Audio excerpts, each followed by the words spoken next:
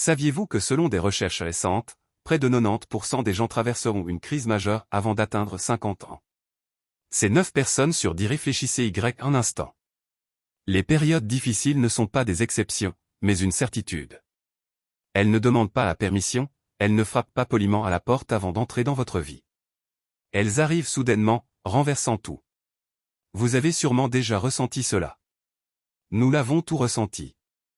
Et lorsque vous êtes au milieu de la tempête, lorsque le monde semble s'effondrer autour de vous, la question est toujours, comment continuer? Les stoïciens se sont posé cette question il y a des siècles. Ils vivaient dans une époque chaotique, pleine d'injustice et de souffrance, mais au lieu de sombrer dans le désespoir, ils ont choisi de se relever. Ils ont développé des outils, des cadres de pensée qui les aidaient à naviguer à travers les tempêtes les plus violentes de la vie. Ces outils ne sont pas des théories abstraites pour les érudits, mais des philosophies pratiques, humaines, proches de nous. Ils nous ont laissé des mantras, des rappels simples mais puissants, qui éclairent notre chemin dans les moments les plus sombres de la vie. Ce qui rend ces mantras si puissants, c'est leur simplicité. Ils ne promettent pas de supprimer la douleur, mais ils nous offrent une manière d'y faire face, de la supporter et d'en sortir plus fort. Que vous soyez en deuil après une rupture, que vous vous débattiez avec l'incertitude professionnelle ou que vous fassiez face à une perte profonde, la philosophie stoïcienne apporte sagesse et force. Elle nous aide à laisser tomber le superflu et à nous concentrer sur l'essentiel.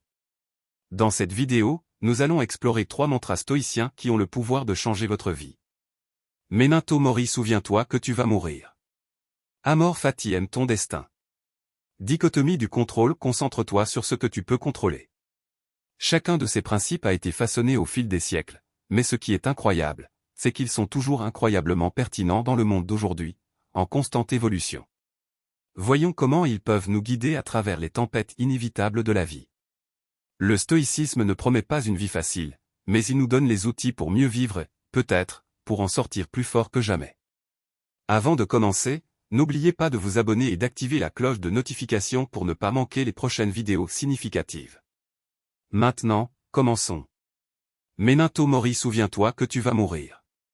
À première vue, cette phrase peut sembler être un rappel morose, un terme qui nous confronte à la mort. Mais pour les stoïciens, memento mori n'est pas une question de peur, c'est une question de sagesse. En nous rappelant que notre temps est limité, nous obtenons une perspective juste.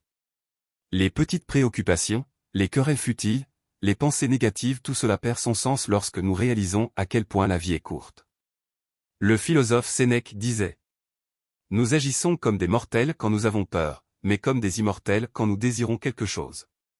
Nous repoussons nos rêves, nous pensons qu'il nous reste du temps, mais la vérité est que nous ne savons pas combien de temps il nous reste. Memento mori n'est pas là pour vous déprimer, il est là pour vous éveiller. Il vous force à vous poser les questions suivantes. Si aujourd'hui était mon dernier jour, serais-je fier de la façon dont j'ai vécu? Suis-je en train de gaspiller mon temps sur des choses sans importance? Qu'est-ce qui a vraiment de la valeur? En acceptant notre finitude, nous nous libérons de la peur et commençons à nous concentrer sur ce qui compte réellement.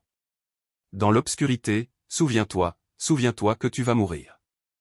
Mais la vérité est que cela ne concerne pas le désespoir, mais la sagesse, la perspective juste. Marc Aurèle, l'empereur romain et stoïcien, l'a dit de manière la plus concise. Tu pourrais quitter la vie maintenant. Laisse cela décider de ce que tu fais, dis et pense. La mort n'est pas l'ennemi. Ton plus grand ennemi, c'est d'oublier comment vivre alors que tu es encore en vie. Nous gaspillons trop de temps sur des choses insignifiantes, noyés dans des déceptions temporaires et des distractions sans fin. Memento mori nous tire de ce sommeil. C'est un signal d'alarme, nous rappelant de chérir le cadeau du moment présent. Ne le vois pas comme une chose sombre, mais comme une libération. Ce n'est pas un compte à rebours, c'est une boussole.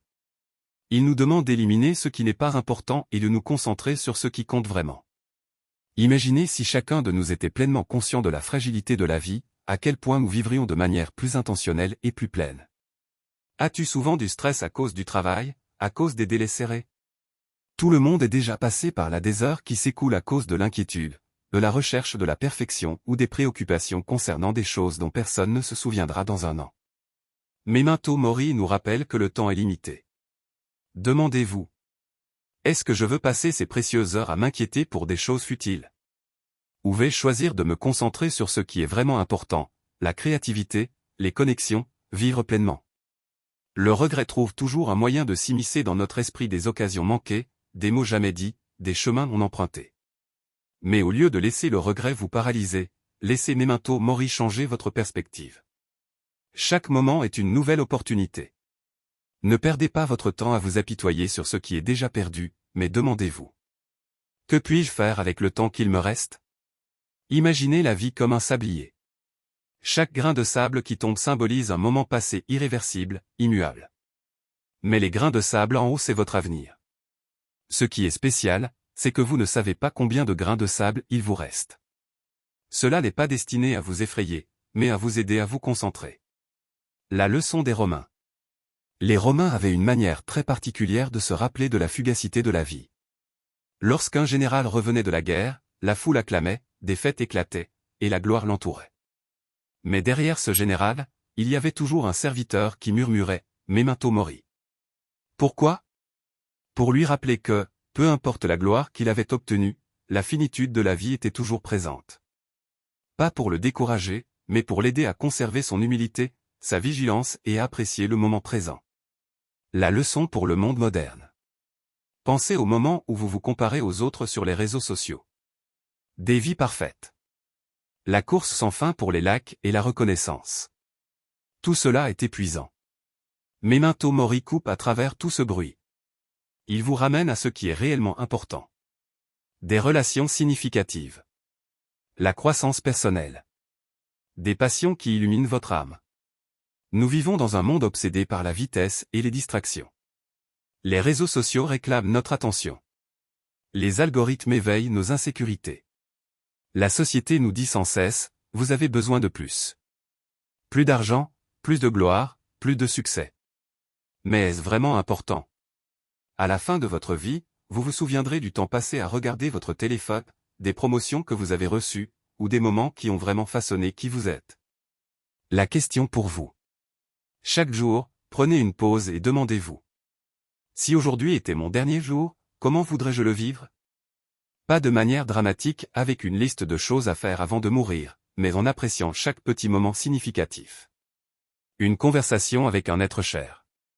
Un projet pour lequel vous êtes vraiment passionné. Une décision courageuse pour lâcher ce qui ne vous sert plus. Memento Mori n'est pas une question de peur, c'est un engagement à vivre pleinement. Laissez cette question être votre guide. Gardez-vous encore des rancunes inutiles? Repoussez-vous quelque chose d'important en pensant qu'il vous reste du temps? Vivez-vous selon la définition du succès des autres et non la vôtre? Memento Mori n'est pas une question de craindre la mort. C'est le carburant qui vous permet de vivre une vie significative, avec un but et une joie. Commencez dès aujourd'hui. Écrivez les 3 choses qui sont les plus importantes pour vous. Chaque jour, réalisez une action grande ou petite pour honorer ses valeurs. Cela pourrait être un appel à un ami. Cela pourrait être le début d'un projet que vous avez repoussé. Cela pourrait simplement être de vous arrêter, d'être reconnaissant pour ce que vous avez. Memento Mori vous rappelle que la vie se passe ici et maintenant. Ce n'est pas un fardeau, mais un cadeau. Il murmure. Ne perdez pas de temps à attendre. Ne perdez pas de temps. Ne vivez pas comme si vous dormiez. Le temps continue de filer et c'est précisément ce qui rend chaque moment inestimable. Acceptez-le. Vivez pleinement. Laissez Memento Mori vous rappeler que, bien que la mort soit inévitable, une vie pleine de sens est toujours à portée de main. Amor fati, aimez votre destin. N'oubliez jamais que la vie ne vient pas avec un plan parfait. Elle ne demande pas votre permission et ne suit pas les plans soigneusement établis que vous avez faits. Le travail que vous pensiez être le vôtre vous échappe. La relation dans laquelle vous avez mis tout votre cœur se termine soudainement, sans avertissement. Un vol raté, une promotion retardée, un diagnostic auquel vous n'aviez jamais pensé. De tels moments peuvent vous faire sentir trahi, comme si la vie vous tournait le dos. Et c'est précisément à ce moment que Amor fati entre en jeu. Aimez votre destin. Pas seulement le supporter. Pas seulement l'accepter à contre-séure. Mais l'aimer. Acceptez chaque tournant, chaque défi, chaque détour comme si vous les aviez choisis vous-même. Friedrich Nietzsche, l'un des penseurs les plus puissants du stoïcisme moderne, a résumé l'esprit d'Amor fati ainsi. Ma formule pour la grandeur d'un homme est l'amor fati, ne vouloir rien d'autre, ne pas aller en avant, ne pas aller en arrière, ne pas changer un seul détail pour l'éternité. L'amor fati ne signifie pas prétendre que les difficultés ne vous font pas mal. Cela signifie voir ces difficultés comme une partie inévitable du voyage, comme une matière première qui vous aide à grandir. Prenons une situation simple. Vous êtes dans un embouteillage, celui qui vous fait grincer des dents et tapoter frénétiquement sur le volant. Votre ancien moi se plaindrait, serait frustré, se laisserait contrôler par la colère. Mais avec l'amor fati, vous vous arrêtez et pensez, ce moment est à moi. Peut-être est-ce l'occasion d'écouter un podcast que vous vouliez écouter depuis longtemps. Peut-être est-ce un exercice pour cultiver la patience. L'embouteillage n'est pas contre vous, il est pour vous. Les occasions manquées, les projets échoués, les cœurs brisés parfois, ils semblent être des plaisanteries cruelles de la vie. Mais l'amor fati vous donne une autre perspective. Une lettre de rejet? Ce n'est pas une porte qui se ferme, mais un détour vers quelque chose qui vous correspondra mieux. Une relation qui se termine? Ce n'est pas une erreur, mais un chapitre nécessaire pour grandir. L'amor fati vous apprend à croire que même la douleur a un sens. Au lieu de vous demander pourquoi moi, demandez-vous comment enseigne cela. L'histoire de Thomas Edison, un symbole de l'amor fati. En 1914, l'usine de Thomas Edison a été réduite en cendres, détruisant des années de recherche et des millions de dollars de matériel. En voyant les flammes dévorantes, Edison ne s'est pas laissé abattre par le désespoir. Au lieu de cela, il a dit à son fils: « Va chercher ta mère. Elle ne verra jamais un incendie comme celui-ci une deuxième fois. » Edison n'a pas vu l'incendie comme une fin, mais comme un nouveau commencement. Avec les assurances et une volonté de faire, il a reconstruit à partir des cendres, et a même innové plus fortement qu'auparavant. La vie est comme une forêt en feu. Lorsque la forêt brûle, ce n'est pas une destruction sans sens, mais une préparation pour la croissance de nouvelles pousses. Les échecs, les pertes et les souffrances de la vie ne sont pas pour vous détruire, mais pour vous transformer. Ils sont le carburant qui vous rend plus fort et plus résistant. Appliquez l'amor fati dans la vie moderne. À l'ère d'Internet et des réseaux sociaux, même les petites contrariétés peuvent devenir énormes. Un email brusque peut ruiner votre matinée. Un chemin bloqué peut vous faire sentir comme si l'univers était contre vous. Les réseaux sociaux font que chaque petite erreur semble être une catastrophe. Mais l'amor fati vous invite à prendre du recul et à voir les choses autrement. Un email impoli. Une occasion de pratiquer la sérénité et la gentillesse. Un chemin bloqué.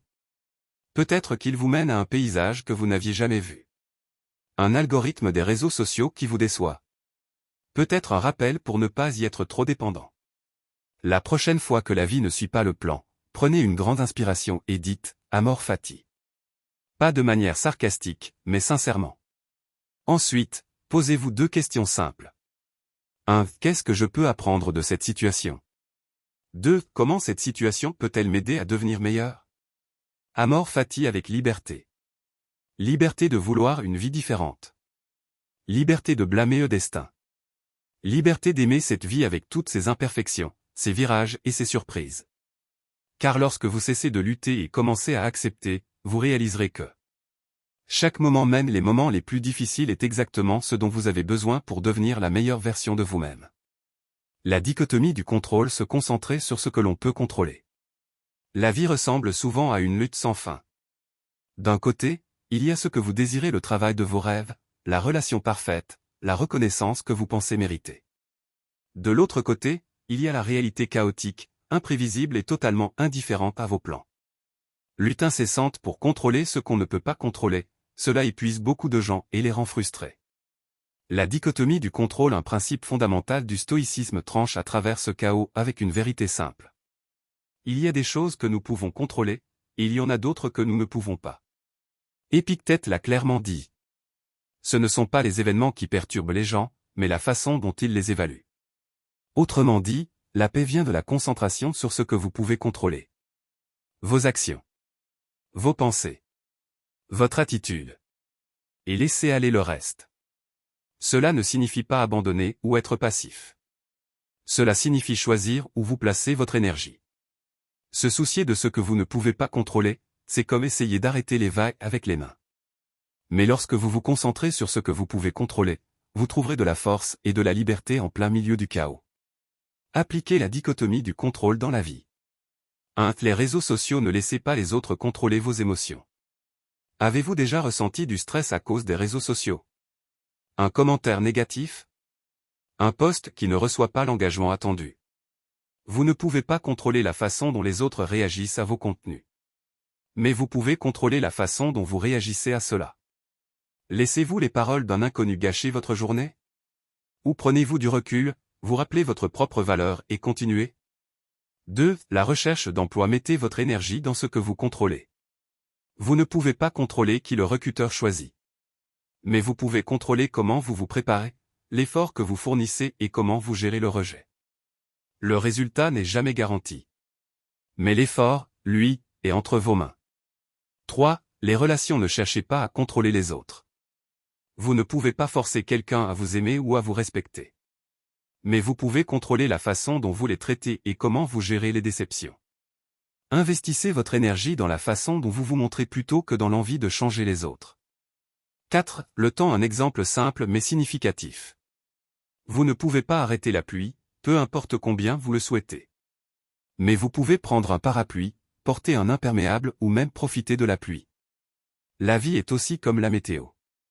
Les tempêtes sont inévitables, mais vous pouvez décider de la façon dont vous y faites face. L'histoire de l'amiral James Stockdale. Contrôlez ce que vous pouvez. Un des exemples les plus puissants de la dichotomie du contrôle vient de l'amiral James Stockdale, qui a survécu plus de 7 ans dans un camp de prisonniers de guerre durant la guerre du Vietnam. Il ne pouvait pas contrôler la cruauté de ses geôliers. Mais il pouvait contrôler ses actions et ses pensées. Stockdale a dit: ne jamais confondre la croyance que vous allez finalement gagner avec la discipline d'affronter les cruelles réalités du présent. Son histoire est la preuve de la puissance de se concentrer sur ce que vous pouvez contrôler.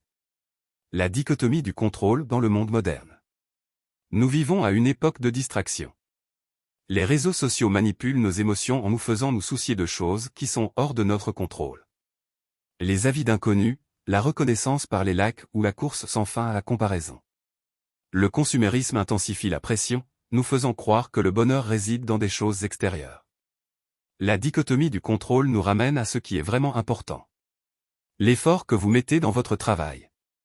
La gentillesse que vous montrez aux autres. Les valeurs que vous suivez. Le bonheur ne vient pas des résultats. Il vient de l'investissement que vous mettez dans ce que vous faites. Appliquez la dichotomie du contrôle à la santé mentale. L'anxiété provient souvent de la tentative de contrôler des choses qui sont hors de notre portée. L'avenir. Ce que les autres pensent de vous. Les erreurs du passé. La dichotomie du contrôle nous rappelle de nous ancrer dans le présent et de lâcher prise sur ce que nous ne pouvons pas changer. Exercice pratique simple, prenez une feuille de papier et écrivez toutes les choses qui vous stressent. Relisez la liste et demandez-vous, puis-je contrôler cela? Si la réponse est oui, entourez-le et concentrez-vous dessus. Si la réponse est non, barrez-le et laissez-le partir. Investissez votre énergie dans ce que vous pouvez maîtriser et ignorez ce qui est hors de votre portée. La dichotomie du contrôle avec liberté. La vie aura toujours des tempêtes. Mais si vous vous concentrez sur ce que vous pouvez contrôler, vous trouverez la paix même au cœur du chaos. Rappelez-vous, vous ne contrôlez pas ce qui vous arrive. Mais vous contrôlez toujours comment vous réagissez. Et c'est cela, la vraie force. Acceptez la dichotomie du contrôle. Dirigez le navire de votre vie. Lorsque vous acceptez la dichotomie du contrôle, vous apprenez à faire face aux difficultés avec calme. Vous cessez de gaspiller de l'énergie à lutter contre les vagues que vous ne pouvez pas arrêter. Au lieu de cela, vous commencez à diriger votre navire, chaque choix fermement posé. Les difficultés sont inévitables, mais vous avez le choix de la façon dont vous y faites face. Il y aura des jours où le fardeau de la vie semblera insupportable. Quand rien ne se passe comme prévu. Quand la douleur de la perte, de l'échec ou de l'incertitude vous écrase. Mais il y a aussi une autre certitude, vous pouvez toujours choisir comment vous faire face à ces moments. Memento mori. Souvenez-vous que vous mourrez, mais cela ne doit pas vous effrayer, cela doit vous éveiller. Quand vous réalisez que chaque moment est précieux, vous vivrez différemment, vous étreindrez vos proches plus forts. Vous cesserez de reporter vos rêves éclatants. Vous laisserez tomber les rancœurs qui pèsent sur votre âme. La mort n'est pas une fin, c'est la raison de vivre pleinement. Amor fati. Aimez votre destin. Les embouteillages, les ruptures, les détours dans la carrière, ce ne sont pas des punitions. Ce sont des opportunités. Et si vous abordiez chaque défi comme si vous l'aviez choisi vous-même? Si vous croyez que chaque échec vous façonne pour devenir une version plus forte, plus sage de vous-même, aimer son destin ne signifie pas aimer chaque instant. Cela signifie croire que chaque instant a sa place dans votre voyage. Dichotomie du contrôle. Là où réside la véritable liberté, beaucoup de notre souffrance provient de la tentative de contrôler ce que nous ne pouvons pas. L'opinion des autres. Le passé. L'avenir. Mais quand vous vous concentrez sur ce que vous pouvez maîtriser, vos actions, vos choix, vos attitudes, vous prenez véritablement le contrôle de votre vie. Vous ne gaspillez plus votre énergie sur ce que vous ne pouvez pas changer. Vous commencez à bâtir une vie qui reflète vos valeurs et vos ambitions. Stoïcisme, ce n'est pas l'indifférence, mais la force intérieure. Les stoïciens ne sont pas des super-héros. Ils ont aussi les peurs, des doutes et les difficultés tout comme vous. Mais ils ont laissé une feuille de route pour nous aider à grandir au-delà du chaos. Leurs principes ne sont pas des vestiges du passé, ce sont des outils pour le présent.